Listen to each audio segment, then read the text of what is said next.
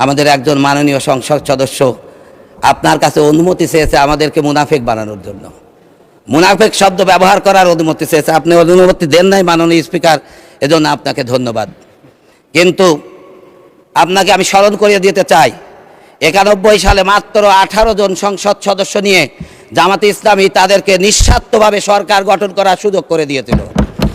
মাননীয় স্পিকার, 20 দলীয় জোট গঠন করে জামাতে ইসলামী বাংলাদেশ এই দেশ থেকে ফ্যাসিস্টদেরকে তাড়ানোর জন্য 20 দলীয় জোটের সাথে থেকে তারা বিভিন্নভাবে হামলা মামলা এবং নির্যাতনের শিকার হয়েছে, তবু 20 দলীয় জোট ত্যাগ করেন নাই। মাননীয় স্পিকার, ফ্যাসিস্টদের চরম চাপের মুখে 20 দলীয় জোট ত্যাগ না করে সীসা ঢালা প্রাচীরের মতো আমরা থেকে এই দেশ থেকে ফ্যাসিস্টদের তাড়ানোর সকল আন্দোলনে সকল সংগ্রামে আমরা জেল খেটে আমরা হাজত খেটে 20 দলীয় জোটে শরিক ছিলাম মাননীয় স্পিকার। কিন্তু দুঃখ হয় যখন ওনারা আমাদেরকে মুনাফিক বলতে চান। আমাদের নেতৃবৃন্দকে ফাঁসি দিয়ে হত্যা করা হয়েছে।